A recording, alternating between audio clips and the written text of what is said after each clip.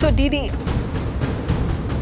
you're one of those essays which became viral. Why I left Google. Why did you do that? I entered Google because I wanted to work and build interesting technology. Google is innovative. It is innovative, but it's very slow. Google is slow. Very slow. How do you think productivity should be assessed? Like, the honest answer is You saw technology very much ahead of time. How did you make that bet? I would say actually Glean is a fairly non-risky bet. Your post on education, study tech and make money, that cheat code is disrupted. In the last 20 years, tech went from something that some smart and nerdy kids would like to do because they enjoyed it to here's a great way to make a lot of money. So much has happened on the immigration scene. Do you think it's fair?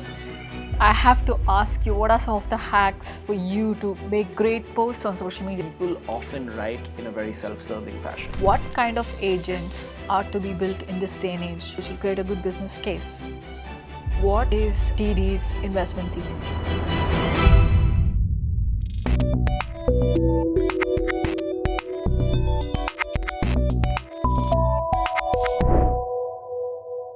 So Deedy, how do I introduce you? You're one of those people on social media.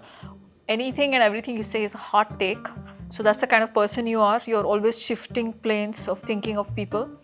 And going over your life, if I look at the way your profile has emerged, you wrote that you want to work at Google and Facebook when you were a 10th grader in Calcutta, and you made it. And here you are in Glean, the hottest company in Silicon Valley. You make this surprising move to join Menlo Ventures. 18 months into such a competitive venture firm, you are a partner, right? And you've written 25 essays and they have got 500 million views. And wow, that's mind-blowing. And Elon Musk has endorsed your take. Actually, Business Insider covers you doing due diligence, where you find out fake metrics from the founders when they're faking it. You use a Claude Code to find that out. So really, and everything you do, people are very curious. So tell us, who is Deedy, and who is this person from India who comes to US and you did back and forth, and then who is this person? Everything is surprising. Like, there you are sitting at Google, 4 billion views on sports search, the product you built, and you move on. I would Glean. say, thank you for that lovely introduction. I would say, when it comes to hot takes, I personally don't think any of my takes are that hot. I think everything I write online is actually like the tame takes. And the hot takes just stay with me. But to answer your sort of question about like who I really am, when I talk to a lot of people, I think a lot of people will ask me like, how did you make these career choices? Everything seems to have worked out. And the reality is, I'm not that planned as a person. Most of my career decisions and everything else I've done were kind of guided by a very simple principle. I'm a very curious person. I like to read and I like to write. That's about it. What do you like to read? Like all sorts of things. So I like to read everything from, I love Indian literary fiction. So that's actually what I really enjoy you're from reading. Calcutta. Yeah, very Bengali of me. Very Bengali. So I love fiction. I love stories, fantasy stories, sci-fi stories. But then I also like reading non-fiction books, understanding of the world. Business books or... I don't like business books. I like economics books. I find like business books are just boring. Platitudes and generic things. Tell me the difference. Why do you say that? If you read a business book, I don't think unless you're living a business situation, a lot of the advice makes any sense. It never really made that much sense to me. They talk about very generic things about leadership, what they did, how to guide people. I don't find that very valuable in furthering my thinking unless I'm actually in a situation where that's involved. Whereas economics books are far more about like, hey, let's analyze this data over a long period of time and what insight does that give us about the world. The Ray Dalio kind of insights. I actually don't like the Ray Dalio kind of insights. I'll give you an example. Like, there's a book called, one of my favorite economics books, many people like it. It's called Capital in the 21st Century. And it is, all he does is he's like, let's study capitalism across various societies and look at these different metrics and try to understand, like, answer the question, does capitalism breed inequality? And that's the entire 800-page book is like different slices and stories and dicing the data to try to figure out whether that's true or not. That's fundamentally very interesting to me because I think that's like, uncovering a curiosity about the universe. Yeah. Whereas a business book is like, I was running this company, we had to increase our revenue for 2 quarters, and here's what I told the team, and this is what worked. I'm like, okay, that's just less interesting to me. It feels more like an anecdote and a platitude versus economics is, hey, here's a very interesting question to answer. I also like biographies. I also like general stories of great people. So yeah, in the nonfiction side, there's quite a bit of interesting stuff too. Yeah. Science, technology, things like that. That's what I like biographies, I love them. It's just something very original about the person in many ways. You look at the person's life, like what I'm doing right now. So I'm looking at Deedy's biography over a podcast. So Deedy, you're one of those essays which became viral early in 2019, Why I Left Google. It was, I think, insane, the decision. You were going to go to the Waymo office, you're going to lead that effort in New York. I mean, who would say no to that? And Waymo, come on, it's everywhere in SF right now. And why did you make that move? And you came to Glean, like 3 people, no revenue, it's just an idea on paper. Sounds a little bit insane. I mean, why did you do that? I've always been, I think when you grow up in India especially, there is an element of risk aversion that's built into the way you think.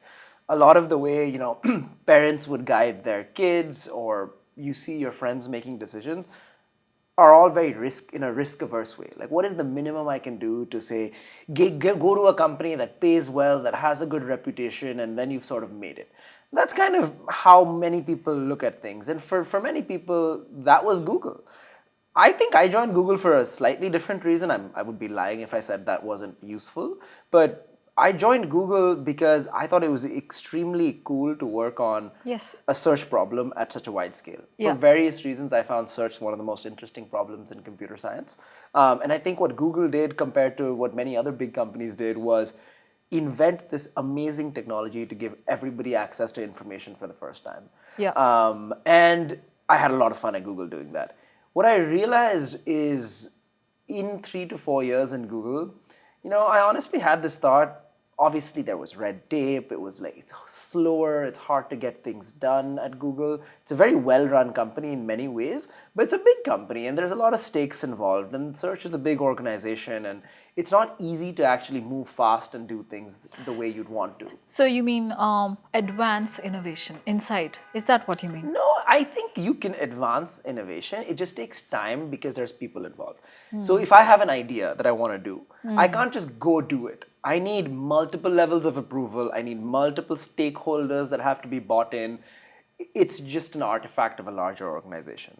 And that's one thing I was thinking of. The second thing I was thinking of is like, this is always kind of the way I've thought is, if I play this forward for 10 years, what does that look like? And I thought, okay, maybe I'm going to be a director at Google, maybe. That's kind of the best case. Best case, maybe I'm a VP at Google. And then I thought, okay, if I have that, would I be happy? And fundamentally, I'm like, not really. You got to make a little bit more money. You got to have some reports. You got to work on slightly higher scope of problems. But I would look at the directors and VPs that I knew at Google, and not all of them, but most of them, I'm like, I don't particularly envy your job or your life. It's good, it's cool, but not really. So that got me thinking like, okay, why did I enter Google and technology in the first place? I entered Google because I was very curious about how large-scale search systems are made. I can't say I fully understood it, but I have a reasonable understanding of how that works. Now, I also entered Google because I wanted to work and build interesting technology. Google search, for the most part, is built. Google is innovative. It is innovative, but it's very slow, and many people Google is slow. Are you kidding me? They build so many proof of concept. They release it early on. It's notorious for releasing new products. But if you think about the number of engineers who are working on each release, it is your contribution is pretty small typically in anything you work on at Google. So I wanted that not to be the case. And I thought, I needed to, initially actually I wanted to start a company. and then I met Arvind. So when I was in the process of starting a company, I was doing diligence where I was speaking to multiple venture capitalists, asking them, hey, what do you find interesting these days? What are you funding? What is interesting out there? And then I spoke to many founders at like the seed stage to say, hey, how did you come to this idea? Why are you working on this? What do you see here? And to be honest with you, I had maybe 20 conversations with founders, and I found most of them pretty disappointing. I was like, I don't really see what you see. It doesn't scare you enough to get into it, right? Not at all. And then I met Arvind, and it was amazing. Amazing. It was the best conversation I'd had with the founder.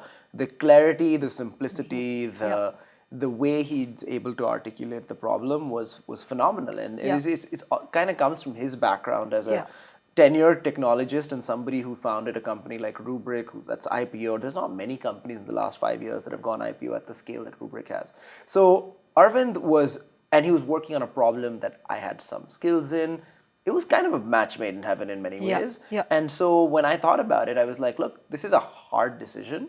It's always hard to leave Google. At the back of your mind, you're thinking, like, what will everyone say? People, like, you won't be able to go tell people I work at a startup. It doesn't have the same impact as I worked at Google. So, but once you get over that, from a fundamental standpoint, I framed it as, will I regret doing this? And the answer was like, no. I'm never going to regret taking a risk. These people are awesome. The idea is awesome. I think I can contribute. Let's go do this. And it was, now Glean may be a bit more of a well-known name, but it's really interesting when you go back and look in time.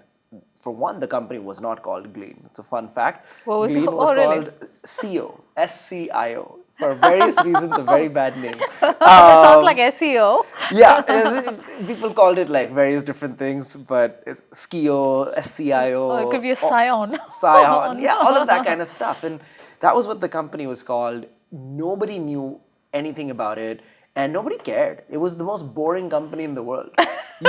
I joke that I would go to a party in the Bay Area, and I could just say I work on enterprise search and immediately shut down the conversation. There's no questions, no follow-ups, no one really ever cared. And I thought that was kind of beautiful, because I think that's where the asymmetry of startups lie. Like, I care, I think I know why this is an important problem, but nobody else gets it. That's amazing. That's what I call alpha. And that's why, over time, Glean built itself out into a pretty great company. And but now enterprise search matters. It's hot. All the trends have converged. But why didn't people care about it back then?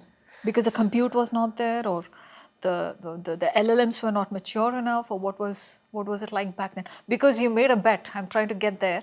What caused you to make a bet from a scalable, profitable, technology? The business side of it is mature. The search. Yeah. You saw technology very much ahead of time when people, didn't even recognize its value. How did you make that bet? I would say actually Glean is a fairly non-risky bet, and I can explain why that's the case. When we started Glean, for a lot of us were ex-Google search engineers. Even Arvind was on search. Arvind was one of the first people on search. Oh my God. Back in 2003. Oh my God. Almost a lot of us worked on search and knew, like, search is one of those rare things in technology where the knowledge is in so few people's heads, because public academic literature doesn't really understand search because they don't have access to scale. It's really a bunch of Google engineers who work on search that really understand how search works, why search works, the complexities. The page rank and the morphed version of it. There's many more details than that. It's like a really complicated beast. That's just the ranking piece. There's a retrieval piece. There's this distributed systems piece. I can go on and on. It's a very complex, interesting problem. But that's not the point. What we also realized was, okay, if you look at the most valuable internal tools within Google, Google was known to be a company that made some of the best internal tools that eventually people copied, and it became great enterprise SaaS businesses. So for example, there was a company called Bugganizer. There's a product inside Google called Bugganizer. It's the first version of what eventually is now Atlassian Jira, which is what everybody else uses just for basic bug management for engineers. Many such companies, almost every one internal tool at Google has a public company that has built that product for the rest of technology. The one product that had never been built is arguably the most useful product within Google. It was a internal search tool called MoMA. Everyone at Google loves MoMA. they criticize it, but it's a very useful tool to just find information within the company. So when we talked about Glean, or at that point Scio, we just asked, why doesn't MoMA exist for everybody? And even that wasn't a very novel thought, because if you look at the history of enterprise search, people have been trying to do enterprise search since the 90s. Why did they fail? In the 90s, it was just different because they were doing mainframes and hardware, and the cloud wasn't a thing and the internet wasn't a thing, so it never scaled really that well. After the 90s and the 2000s, there were many other iterations of it. Then cloud came about, there were other iterations of it. I would say primarily in the pre-cloud era, the reason why it failed is because all of the things you had to index in the enterprise were very proprietary tools that were very hard to index and access. What changed when Glean started, when we started Glean, was several things. One, SaaS tools started exploding in a way that had never happened before. If you looked at from 2015 to 2019, if I'm getting the statistic right, the number of average SaaS tools that a company uses had 5x in volume. Information sprawl as a result was worse. It was a very significant problem. And the third thing was these SaaS tools started getting really good API access. So you could actually query them and index them well. And then, of course, this cloud and all this other stuff existed to make that a much easier problem. Yet, there was another product called Google Cloud Search that was trying to do the same thing within Google. And we were all very familiar with Google Cloud Search. And we had some intuition as to why Google Cloud Search didn't really work well and things we could do differently at Glean. So and that was sort of the core thesis. The Cloud Search, does it, the Google Cloud Search, how is it connected to MoMA? It's MoMA for other companies. It was kind of what Glean was trying to build, but the connectors weren't good, the ranking systems weren't good, and at the higher order bit here is Google really didn't care about Google Cloud Search. It wasn't a revenue driver for Google. It was a small product in cloud that was cool, but not that useful. So when we looked at Glean, if you then look at it from the amount of users that need this, every knowledge worker deals with information sprawl at their company. Yeah. And so why not try to bring MoMA to everyone? And what would we do differently? We'd have better connectors. We'd have deeper connectors. We'd have interesting ideas of why ranking is very hard in the enterprise and how we could get it to work. Yeah. And we would deploy it in a very secured way, top down in big enterprises. Those were kind of the first initial set of ideas we had. There was a couple of other obstacles we had to jump through on the way. But overall, it resonated with people immediately. Like, people loved the product. I think we, in many ways, got very lucky. But I don't think it was a crazy innovation. It was just boring to people, and people didn't think it would work.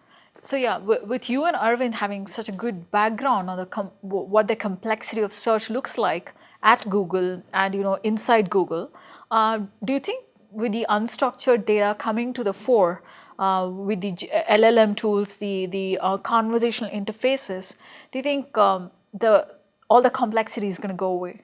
Like something new is going to come?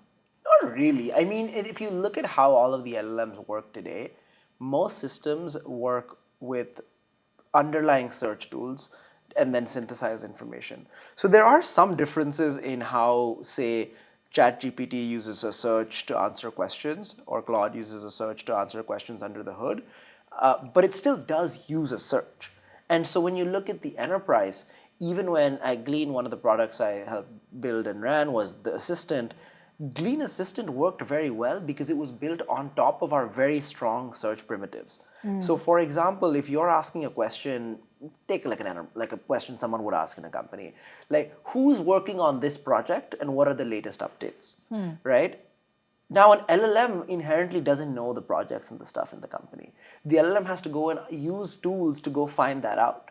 Now, if you had to go and use each tool separately to try to find out every single bit of information, it's going to take a very long time. Yeah. And you might find a lot of information that's just not useful. Yeah. A good search system collapses that into maybe one or two search queries that it has to issue. And it goes like, what is this project? Who's working on it? That's one query. If the search is designed well, you can answer it. And then what are the latest updates? That's the second query. Yeah. And just with two searches, you're able to, within 5 seconds, answer that question for a person, which is extremely important to have good latency and good quality. So I guess my point is, despite LLMs being a thing, it only accelerates a good search. It doesn't replace a good search. Got it. Yeah. As you were talking about this, I was just thinking, what the future of interfaces will look like with this kind of simplification, you're getting at intent, right? Larry Page was very big on building interfaces which can capture intent. So you can communicate where your intent is understood by the interface. What do you think about that? Like, how does intent get into this, or are you getting towards the intent?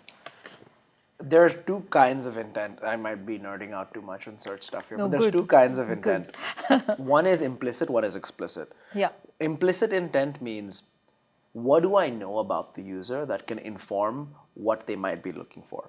So in enterprise setting, that would be, well, I know he's an engineer. I know who they work with. I know what documents they like accessing and have accessed recently. I know what projects they're working on. I know who their manager is, things like this. Yeah. That kind of guides the intent. So when this person is looking for a concept or a project, you're probably looking for code, probably looking for Confluence documentation on a particular problem, probably not looking for a PRD, probably not looking for marketing documents. So already, just by knowing the user well, you know a little bit about their intent. This is particularly different in enterprise search, because in consumer search, you actually know much less about the user than you do in enterprise. You know everything about the user. It's very hyper-personalized. Exactly. Yeah. The second thing is the implied intent given the search query. So the same search query, the same set of strings can mean various different things depending on context. So for example, we would see very often, like here's a classic one. Bigger companies love acronyms. They love three-letter acronyms, and there are tons and tons and tons of three-letter acronyms, and somehow nobody knows what all of them mean. So when it comes to asking for an acronym, it turns out the same acronym means various things for different people. Yeah. And understanding the intent of what that acronym means is actually something that is not given in the query, and you have to imply it from both what you know about the user and then the context that they're searching for something in. Like, are they searching for it? What are the kinds of things they've searched for recently? What are the kinds of things have they looked at? That informs how even the query is interpreted and answered. So yes, it does matter, and those are some of the high-level ways that we would sort of understand intent. Yeah. Okay. So I think I'll move on from search. This is a very interesting topic to me, at least. Maybe we'll chat offline about this. I can go on and on about search. Obviously, you're very passionate about this. So coming to Glean again, you saw this whole phase of hypergrowth. So there you are in Google. You've got like 200,000 subscribers for your search feature that you build, and you come to Glean thinking this is going to be a nice, good-sized unicorn, and Glean surpasses all expectations, and it's like a hyper-growth unicorn. So what was it that you were doing until then that you needed to change to manage the hyper-growth in this scale which Glean hit? Like, well, I would say that. Well, just a small correction with that. What the search product at Google would had like hundreds of millions of users. 100 million or millions of users. On Cricket. And then on Glean, I would say, when I joined, I actually wrote this down. I love doing this kind of stuff. I wrote this down saying, if Glean is ever a unicorn, this will have been a justifiable decision for me to move to a startup. So that was kind of my bar for like best case scenario unicorn. Obviously, that happened quite quickly. Look, working at startups and working at big tech are very, very different things, and it's not for everybody. I'm not saying startups are not for everybody, or big companies are not. Big companies are more for everybody than startups are not. startups. They're not. Startups, working at a startup is quite different than working at Google for several reasons. Obviously, the generic things people know, you have to work a lot harder, yada yada, all of this kind of stuff. But in a startup, there's really like, how do I say it? There's a couple of things. One, there's no hiding from non-performance. When you're in a small group of people, 10 people, one of the benefits is you know for a fact everyone cares about the same thing. Your company is nothing unless everything works together. Everyone works together and makes it something. So all the incentives are aligned. That's a positive. The negative is if you're not good, no one has to do a performance review to know that. We all work together. Everyone immediately knows when you're not good. Yeah. So there's almost this like higher social pressure to perform in addition to the general pressure, but because people know, people can see you. We're all in the office working together. We're all in all the meetings together. So we know when someone's not doing their job. That's one part of it. Some people are just not cut out for the intensity. The second part of it, I would say, is no one tells you what to do in a startup. A lot of the problem solving is very driven. ambiguous, and you have to kind of figure that out. And it took me, honestly, quite some time to get there. When it came to... Why do you say that? Like, I was given a task where, the task was, my first task at Glean was, we have a skeleton of a search system that's working, but all of the onboarding for any company to use this is basically non-existent. It's just like, we have to run a bunch of commands to do it. Can you design an onboarding flow? And I'm like, well, I'm not a designer, and I don't really do that much front end, and I don't know how the system works, so I don't even know what onboarding means. And all the guidance was like, well, I don't have time to explain it to you. Just figure it out. So, okay, now I get it. so that's not for everybody. Like, some people just do not work well in that ambiguous situation. I love it. Eventually, I came to love it. Initially, it was very nerve-wracking, but then I'm like, well, interesting. Let's think about this. Let's figure out the problem. Let's structure the problem. Let's see what has to be done, and then let's go do it. So that's one example, ambiguity. The third thing I will say is there's a lot of context switching in startups. Doesn't it drain you out? No, I think it drains me out If when there is I'm in no a big context. tech company and my peers don't work hard. That's way more draining. Yeah. Because you can't change their behavior. I don't know, like I love what I do, so it's very difficult for me. And I used to laugh when Arvind told me this. He would tell me this very often earlier on in Glean, where I would ask him, like, Arvind, you're basically a billionaire. You've done Rubrik. You've made all the money you could ever want. Why do you work so hard? Like, you work, I think as a CEO, you got to hats off to him. He worked harder than everybody else in the company. Yeah. And he still does, I think. Yeah. And I'm like, Arvind, what's your drive? And I don't know how serious this answer is, but he would look at me and go like, hard work is a gift. Oh my God. When you don't have anything to do, you don't know how sad that is. Yeah. And he would say that, and I never really understood it for many, many years. No, I but get it, as I like to believe, I've gotten a little older, I kind of get it now. Yeah. I think people who don't have work to do, they are the people often who are, searching for meaning, unclear what to prioritize. They're sad, they're depressed. Maybe I want this, maybe I want that. People who are working don't have time to be sad. Yeah. Like, they just have work. Yeah. And so in many ways, I do believe it. Like, hard work is a bit of a gift. 100%. And so I love being in that environment where it was interesting, there were novel problems, I was working hard with people who also agreed, who are also aligned with that. It's far more painful to be working hard when other people around you are not aligned with that. That can be very draining. So coming back to the question, like, what did you need to do differently when you hit the hypergrowth? So let's talk about what hypergrowth means. I would say when hypergrowth hit was when we scaled from, say, 25 employees to, I would call 700. it now. Well, now it's more than 1,000, but say 25 to even 200 is the hard part. Because after that, you sort of understand what you need to do. When you are scaling, we made a lot of mistakes. I think every company makes a lot of mistakes. You want to name what kind of mistakes? Or? Here's one of the hardest ones. For when you're less than 25 people, everyone has to be a phenomenal IC, individual contributor. You don't have time and space for management. Everyone's doing their job, everyone's working super hard at it and getting stuff done. As you scale to 200 people, or you end up growing your company very quickly, and there's a lot of people who are very smart. Ideally, you're hiring smart people, but they have no context on the stuff that already exists.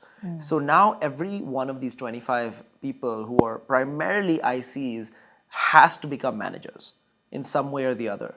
But most of us don't like managing. No IC really likes managing. And this is my hot take. This is actually a hot take. I just think if you like managing, you're a terrible IC. People shouldn't like to manage. You like to get stuff done, and you tolerate management because you can get more stuff done. But no That's one. very googly. No, but you are a googler. That's my Okay. view.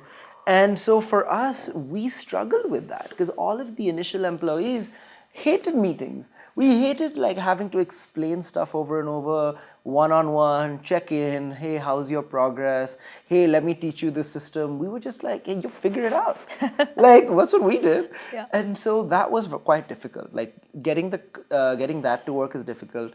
The importance of culture is very different. It becomes very clear when you're a growing company. When a small company, culture is obvious. You live together, you work together, you eat together, everyone knows each other. That is the culture. But when you grow, then you have to, you have factions, you have divisions, not everyone gets to meet everyone, see everybody, you don't often have lunch together, people are having lunch separately. That's when culture becomes important. And so what happens is all of the initial group that know each other, like each other very, very well, each of them are kind of have their own factions pulled now. apart, and yeah, they have to manage. And you have to set the tone, set the culture, set the company up for success by doing all of that stuff, which is not easy for everybody to do. Yeah, a lot of communicating and consistency in communicating with everyone. Exactly. And make sure the communication reaches in the right way Exactly. to everyone. Yeah. Exactly. And keeping that culture consistent hard. And the last thing, maybe if I had to say one more thing, is you have to build processes in the company, which is very, no one likes processes. Nobody likes it. But you have to create processes to ensure consistency on how you do certain things. And that becomes a natural step of scaling a tech company. So all of those things are challenging because we're not like, you're trained for one thing and now you're doing a completely separate set of things. Yeah. And that can be challenging. So that takes me to this article which came out, your podcast with Jason Calacanis. You said in the remote work culture, the assessment of productivity, a lot of people who draw 300K, you're just moving a mouse, they're not contributing. Obviously, it's turned you off a lot in a large company. Tell us how you think productivity should be assessed. Like, what is a good way to assess productivity? I mean, you have very high bars, I can tell from just the way you've built your own career, but really, what is a good way to do it? Let's say there's a hybrid culture. Look, I do a lot of social media work myself, and all my team is remote. So I have to give them a raise. I have to think about it. So somebody like me, I meet my team once in a while. Like, so how does it happen in a hybrid culture? I'm not a big fan of remote work. I know it has many benefits. I also know many companies are able to do that. It's not for me. It was never for Glean. So we had to do it a little bit in the pandemic, but wasn't a big fan. So I genuinely don't know what the right techniques for remote work are, but I've read some guides and there's some interesting tips on how companies can scale with remote work. The AI enabled the whole wave. There was a whole productivity wave, right? Yeah, but also even before AI, there was this company, for example, GitLab is a company that was very successful company as well. That was a fully remote culture, and they work very well. Even today, now I'm at Menlo, I've invested in companies that are fully remote, and it does scare me a little bit, but they do manage to maintain culture in a remote setting as well. It's tricky. I'm not the expert in how to do remote culture, but when it does come to assessing work in a non-remote culture, even that is quite difficult. And if I had to, the honest answer is it is very vibes based. A true assessment of whether someone's good is very vibes based, because there's always going to be somebody who does nothing and says they do a lot. You have to read through that. There's always going to be someone who does a lot and then doesn't say they do anything. And you have to read through that as well. In fact, the second kind of person is usually the most critical people in the company. We had a person at Glean called Gary. Gary was our chief SRE, our reliability engineer. Gary would never speak. Oh my God. He just does not say anything. He would never raise an issue, have a concern, have an idea. He just kept things running. Gary was in many ways the most critical person for Glean for till now. And you look at someone like that, no amount of reading his code or looking at his interactivity will tell you that he's the performer. He is the star performer. So that you have to, as someone assessing performance, you have to know that the Garys need love and need to exist and need to be protected at all costs. And then there are people who are, loudmouths who just don't do anything.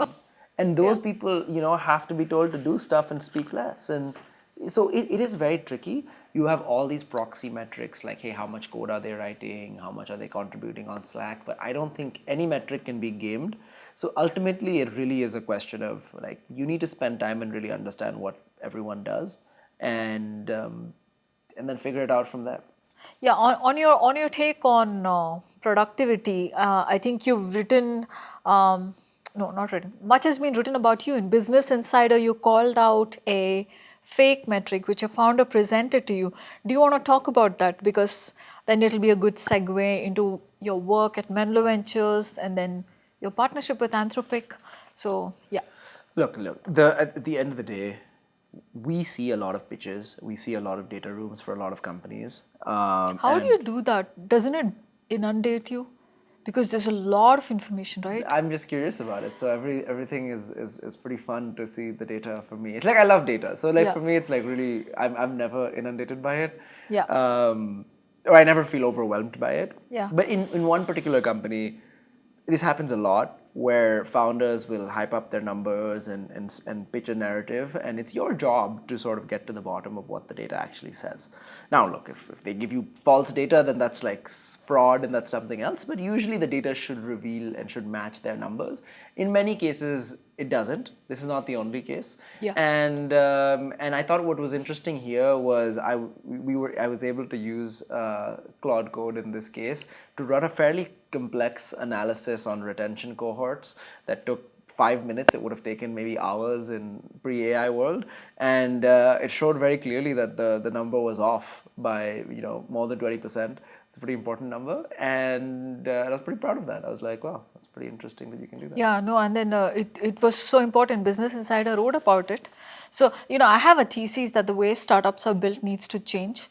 It's just a thesis which I learned at MIT Media Lab. It's a very, a flipped classroom model where there should be more homework on new ideas being rolled out as startups. Park the idea in a different structure, in a different model, in a different funding scenario. Of course, you have incubators, accelerators, venture studios, innovation centers, centers of excellence, all of that. But really, the founder is so front-loaded and burned out. So we can talk about it another time. So in that context, I think it's very interesting what Claude can do to restructure the way startups are built. Coming to your post on education, you said that the way computer science courses are, even graduates from MIT are competing for a few positions, and the curriculum which used to work is not working anymore. Like study tech and make money, that cheat code is disrupted. So do you want to talk about that a little bit? I can't recall exactly what I said, but I will tell you like what I think about modern CS education. I mean, let's just recap the facts, right? Like what happened with tech is in the last 20 years, tech went from something that some smart and nerdy kids would like to do because they enjoyed it to here's a great way to make a lot of money, and it's just it's just the path for success for a lot of people. I've experienced this, I'm sure many people have, but you can sort of tell who is in what camp, whether you're doing it for the love of the game or whether you're doing it for the money. And now in the last 20 years, what also drove that is all these big tech companies were hiring incessantly. They kept hiring, and a lot of the people had sort of mastered the playbook. The playbook is very easy. You go to a good school, you study computer science, you do lead code all day, and you can get a job at a big tech company, whether you're good or not. And then at the big tech company, these I guess are all hot takes, but in most big tech companies, you do not have to do that much work. Yeah. And you can kind of coast for decades and then get to a pretty senior position. Yeah. There are plenty of people I know who've done this. Like they do not work that hard. They are like directors at, you pick your big tech company. It is a great path. Look, they're making tons of money and they haven't done that much work. So it is by definition a great path. I think now, obviously, the environment is shifting. There are fewer jobs available, and so that path is sort of running into a bit of a obstacle. Fewer jobs, why? Because tech has displaced people, or fewer jobs because the economy is bad? I don't think either. I think if you look at the big tech companies, their hiring growth was very symmetric to their growth in revenue. And right now, the revenue is sort of capping out, and they're realizing that I just don't need this many more employees. I don't really know what I would do with them. And so all of the hiring curves look like this. And now, if you look at the last 2 years, big tech hiring is way, way down. Yes. Especially after the pandemic, we saw a lot of, saw inflection points there. Right. Yeah. And some people say it's like a little bit of it is because of AI. I don't know how much that's true, but like maybe it is. Some people say a little bit of it is because of what Elon demonstrated with X, where you could sort of fire more than half the company, and you could argue about the subjective nature of whether Twitter is still as good as it was before, but it's clearly working. Like it's not a zero. The website didn't collapse, and you have like 10% of the employees that used to exist back then. Doing more with less. Correct. And everyone who's worked in tech knows this. Like, I think you'd be lying. People just lie because sometimes they have those jobs. But even at Google, even at Facebook, most people don't do anything. They are literally just paper pushers in government jobs. They'll write a document, they'll have a feature, no one will use the feature, they will build another feature, no one will use the feature. Because the money keeps flowing in. It's not like a traditional business. You have a cash printing machine with ads, and then the jobs, whether or not you do your job, the cash still comes. Yeah. So all of that being said, when it comes to what that means for CS education today, I do think in that environment where both the technology is changing under your feet, old school curriculums just do not really keep up. So when I usually talk to the younger kids, some kids are already aware of this and they're so good at learning. But with LLMs, knowledge is very democratized, and I honestly think universities, for the most part, are just degrees that you get that you can put on your resume. Sometimes, if you're lucky, you have great professors who have such deep knowledge in something that they can impart to you. But 60% of what you learn is pretty basic, and I always encourage students to go out and learn your own stuff. No school, no university today really teaches you AI at any real depth. How to use it, how it's actually built, very few. Curriculums never keep up with technology. So building your own side projects, figuring out what you care about, exploring this on the side, that's where a lot of people develop interesting conviction and ideas on problems. And I've always encouraged people to do more of that. I think that's kind of what I did when I was always in school. I just did a bunch of projects that I thought were interesting. No one asked me to do it. But in that process, I feel like I learned so much and developed an intuition for how to code, how to think about software that maybe some people did not. And other people did it in different ways as well. Yeah, wonderful. So this is from a university to a multiversity model. Like you're learning a whole bunch of skills from different areas, building something. Obviously, it's not book knowledge, it's beyond that. So what do you think about university versus multiversity? Like, I think university is largely a brand.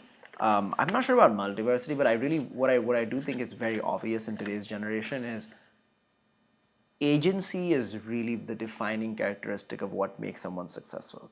What I mean, define it, what you mean by agency. What I mean by that is today access to information is democratized even further when it comes to AI in LLMs. You can ask any question in the world and have someone who is the most smartest person on every topic tell you a fairly good answer for every single question you have. What that means is the person who's spending 80 hours a week doing that can be sitting in a village somewhere and is way smarter than somebody sitting at Harvard and not doing that. Yeah. And we see this time and time again. It always blows my mind when sometimes I'll take these meetings with people, 16-year-olds, 17-year-olds, they will show me the stuff they've built. And I'm like, I don't think you understand how impressive this is. But I don't think I know 30-year-olds who've been working for 10 years who could build what you did. And I asked them how they did it. It's like, I just asked a bunch of questions and I figured out a bunch of things and I went ahead and built it. And so... No barriers in thinking. They're just doing it. They've got a goal, single-mindedly, they just go ahead and do what it takes, right? And that's I think the big difference. I do still think university for brand and for some other reasons still matter. But anyone who doesn't have the agency to go out and solve problems they think are interesting, it's just going to fail. And I can also give you plenty of examples I've seen from people from all of the best universities, because their mentality was they made it the moment they got into university, they actually don't have any skills since then. They never worked on them. They never thought to be curious. They never went out and learned. They were like, the minute I got into Stanford, that I made it. And so they did nothing. And you can tell when you work with them, when you talk to them, versus there are people who have so much agency and they don't have a college on their resume, but they can absolutely build businesses on their own, technology on their own, and they're some of the best engineers and technologists I know. Amazing. No, I love this take. On that note, when it comes to talent and talent coming into the US, so much has happened on the immigration scene, especially in the Trump administration. Do you think it's fair to put restrictions on immigration in the way the current administration is doing? Or do you think it should get more rigorous or it should loosen up? Or what's your take? I approach immigration as, I'm not like, I think this is, maybe a lot of people think this about me because of the way I tweet and advocate for immigration. Obviously, I myself had to go through an H-1B and I am an advocate. I do think immigration is not a blind let everybody in type issue. Yeah. It is a complex issue. There's a reason why there's debate around it. There are good reasons for and against immigration of various kinds. That being said, my stance is I see it really as a machine learning problem. It's I see a lot of things as this. It's a classifier where you have immigrant X and you have to decide yes or no. Yeah. The good ones have to come, the bad ones have to not. And what good and bad means is different for different people. But every classifier has a precision and a recall. Recall means, did I let, of all of the good people, how many did I let in? Precision means, of everyone I let in, how many of them are good? And any machine learning engineer will tell you, you want your precision and recall both to be pretty high.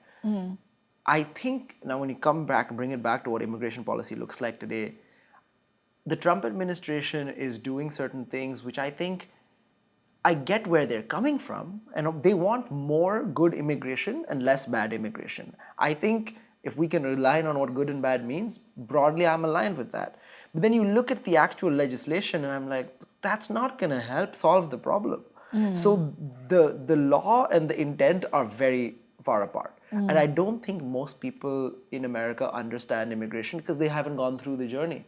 So let's take a concrete example of this.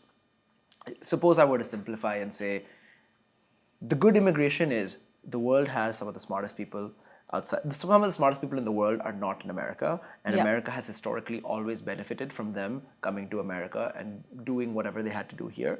It's a meritocratic society with a lot of social mobility and great education. So it's a great breeding ground for the smartest people. We want more of those kinds of people. What we'd want less of is fairly mediocre people coming to America working not essential jobs at lower wages that are very close to taking jobs from that would have otherwise been better suited for somebody locally. That's broadly how I define bad and good. Now you take something like 100,000 fee on an H-1B, which, some people are like, okay, that makes somewhat sense.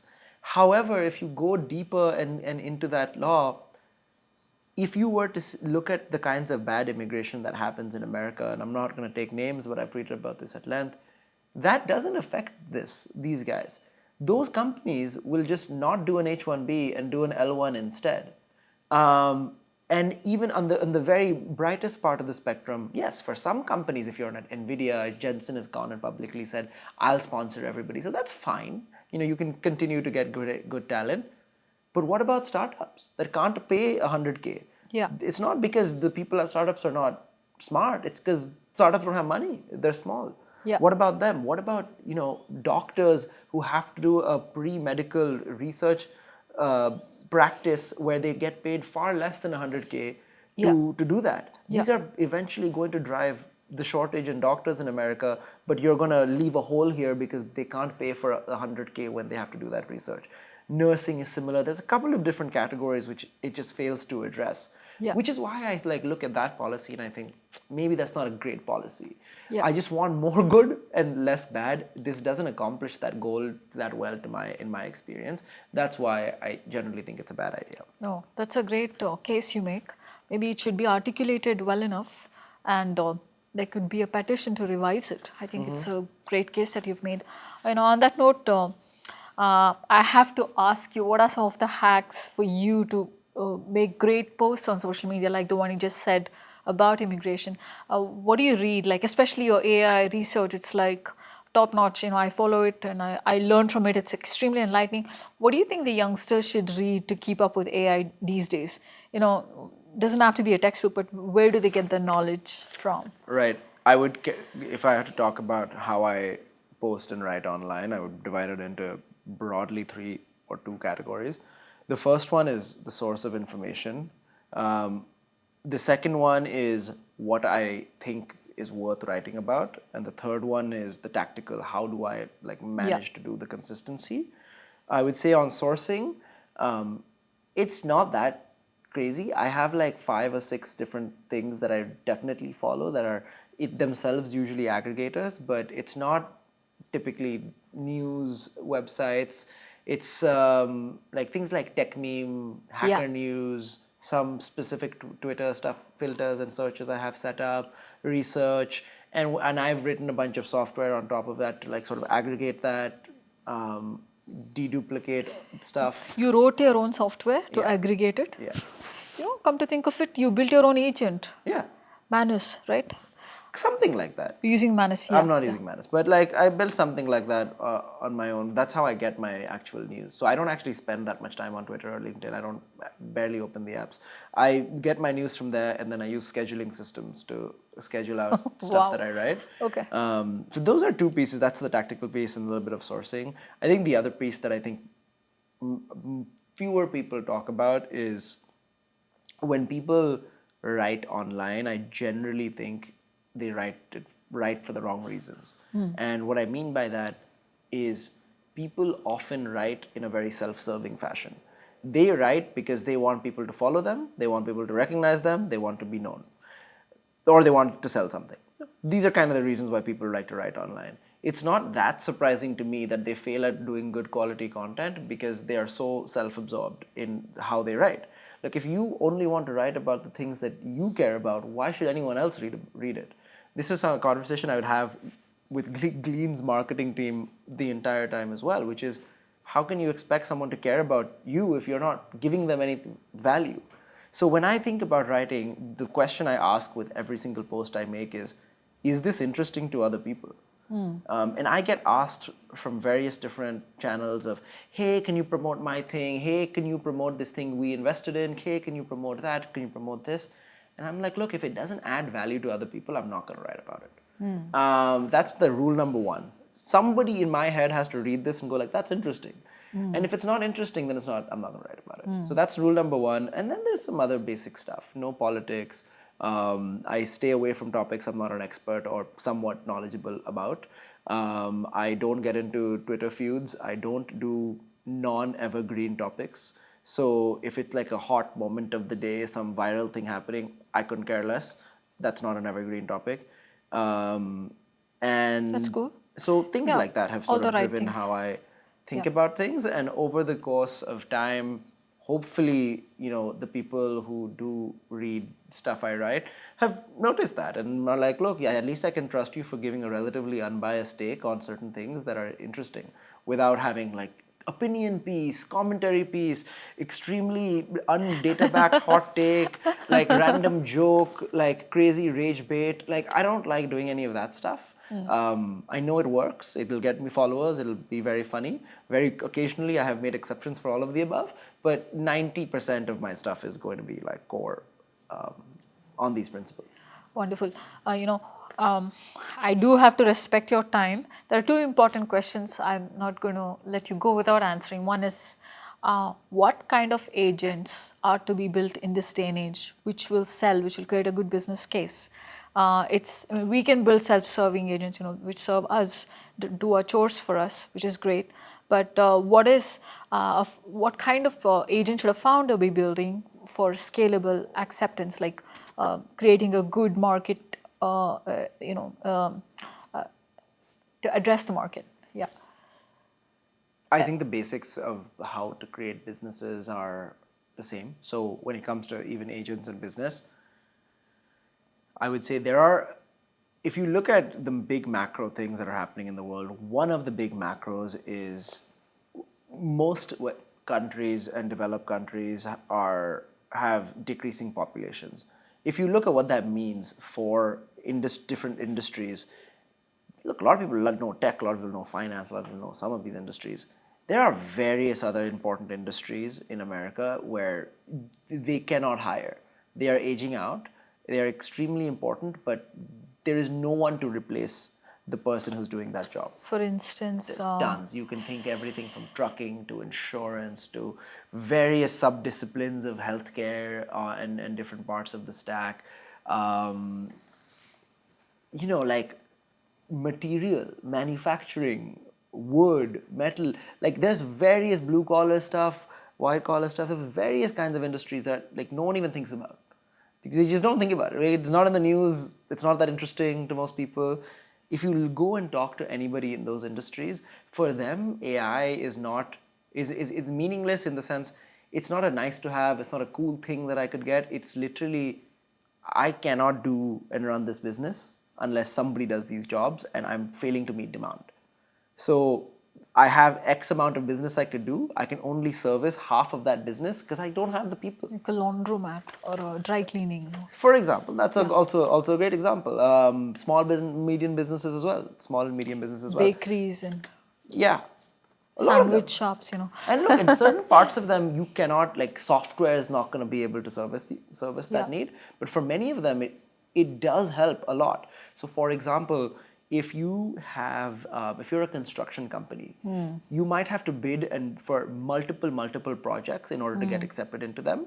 And even the bidding process is extremely expensive and cumbersome and takes a lot of time and energy, and you might not even get the deal. So you can't bid for everything.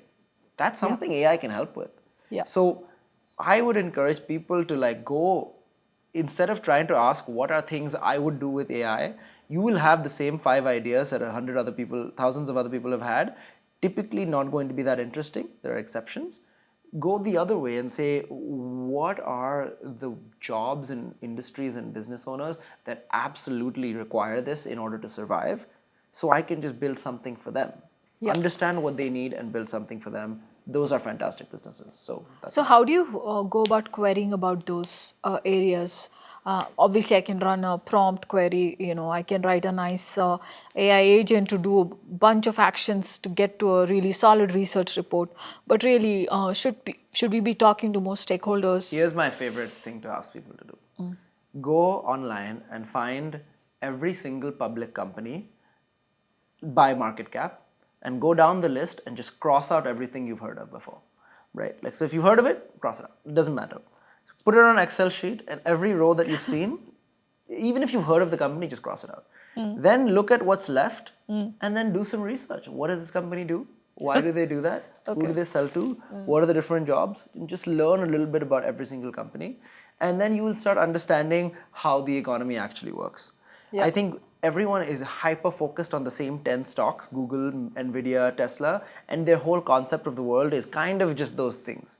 And even me, like there's no reason for a human to have a concept other than the things they hear about. Yeah. So when you look at that long tail of like what is the economy, it is those companies, and think about what they do and who they service and why they're important, it will give you a far more interesting set of ideas already. I can guarantee you any smart person spend 12 hours just doing that, you will come out with way better ideas than just thinking, this is how most people think, which is like, I wonder what could be interesting. An AI agent to do my one task that I could have used it for. Those are typically not that interesting as going with this approach. That's what I would. Oh, that's a phenomenal. generally Yeah. It's mind blowing. It's like something I read from a page of Warren Buffett or Charlie Munger's playbook. That's essentially how they were. They were so real about where they put their money and which companies are boring companies they invested in. And they're some of the richest people on the planet. So yeah, I don't know if you like them. I love them, but I think the almanac and I've read a lot of those things. I think the core thing is, if you think about what is alpha is knowing something other people do not know. And every business needs to have alpha. You either need to know something they don't know or believe something they don't believe and have a good reason for that. And the only way to have alpha is to consume bits of information that no one is willing to consume. That's what alpha ends up boiling down to. So if you're going to read just the big headlines, if you're going to follow all the things that everybody else is following, you're not going to have alpha. Yeah. Everyone knows those things. You're going to enter a crowded space and not be able to differentiate yourself. So I always encourage people, like, one question to ask somebody is, what are the things that you read or know or understand that other people don't? And most people don't have very good answers to that. Most people don't know that much that other people don't know. Yeah. And so they almost fool themselves into thinking they're intelligent because they know something that everyone knows. That's not that important in today's day and age. It's more important to know some very specific things that nobody else knows than to know some things that everybody does. So Wonderful. always encourage the latter than the former. With that kind of framework, what is Deedy's investment thesis? What kind of companies do you bet on? You have a 100 million fund in collaboration with Anthropic. You've invested in several hot AI startups. So what is your investment thesis? I'll give you two answers you're probably not looking for, and then I'll give you maybe a third that is better. The answers that you're not looking for, number one is, I don't think iconic companies are ever built by pattern matching.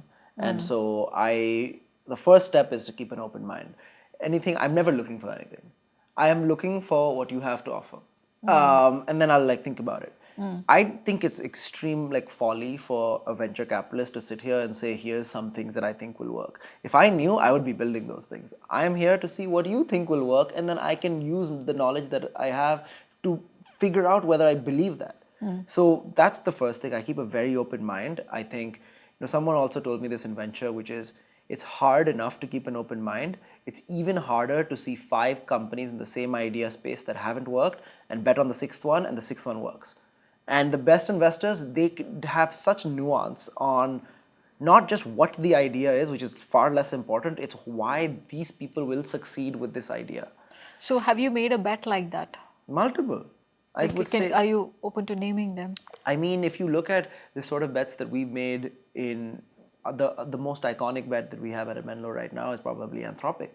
If you looked at the time we invested in Anthropic, it was a zero revenue product in a market that was completely dominated by OpenAI. It made no sense. It didn't make any sense to make that bet. We got over that because of how high quality the team was and what they believed in how models could be different. That's about it. We weren't sitting here saying, hey, let's look for another OpenAI. That's not how we end up making that bet. So that's just one example. There's countless others. So that's the first thing I would say is genuinely, I think, especially I get asked this sometimes, which is, hey, what are you looking for? Founders will ask me, hey, what should I be building? That's the wrong question. You tell me, what do you know that's interesting? And then I can help you answer the question whether I think it's also interesting, and I can be wrong about that. Yeah. So that's number one. I think number two, I would say, is a lot of investing in the stage I do, which is seed A and B. A lot of investing is really about the team and far less, honestly, about the idea. And the funny way of saying this is, all teams think they're good teams. Very few teams are actually good teams. When you think of what makes a high quality team, hard work and knowledge is a prerequisite. It is very far from what it takes to be a high quality team. High quality teams have, again, alpha, differentiated insight, strong ability to hire, knowledge of business economics and technology. What technology do they know? What specific insights do they have? There's a term that we use in venture called founder market fit. Why are you especially equipped to solve this problem? Those are the things that we're looking for. And so that's, again, it's not really about what you're working on, it's about who you are. Very important. The third thing then, to answer your actual question, is there are also things that when you look at enough companies, you end up seeing holes and opportunities and areas that can be addressed. And there are some. I think right now what I would say are interesting things that I'm personally looking for is a lot of what I just said before. What are legacy industries that absolutely cannot survive unless a large part of their job is automated by AI agents, whatever you want to call it, but automated? That's something that is extremely interesting to me. Another thing that's super interesting to me is what are the core research directions in AI that are going to be the next evolution of this technology. And so I love making pretty strong technical bets in companies like that. And then the last third category of things that's interesting to me are just beautiful products. There's not a finger you can really place on it. Like, I'll give you an example. We didn't invest in this company, we should have, but you look at a company like granola. If someone pitched you a meeting AI note taker, you could be a VC or not a VC, you would be like, that's a pretty shitty idea. Yeah. There's a gazillion AI note takers and it's really not that useful, and I don't know what you could do to make it useful. But then when anyone uses granola for the first time, they are like, this is the best AI note taker in the world. Is that right? Why do you say that? It's just the way, the ease of use, the toast that shows up before your meeting, the integration, the onboarding, the UI. It's just a beautiful product. And so there is another thing that is said a lot, which is taste is the only alpha as an investor. I don't know if I truly believe that, but beautiful products make it in despite having like the most boring market idea, etc. So granola is one such example. We have a company we invested in called Whisperflow. Another example, voice dictation fundamentally would not be something I would go out and say, I'm looking for a voice dictation company. But then you use the product and it's so beautiful. The metrics back how beautiful it is. People come back to it. People love it. Yeah. That's the kind of thing that we'd love to invest in. Amazing, amazing. On that note, I like to respect your time, and what can I say? I'm just blown away, and it's like I don't have time to absorb the hot take or the the amazing insights, all the alpha, boom, boom, boom. I'm bombarded with alphas. I'll take a whole week to digest this, but really, Deedy, this was really insightful. Thank you so much.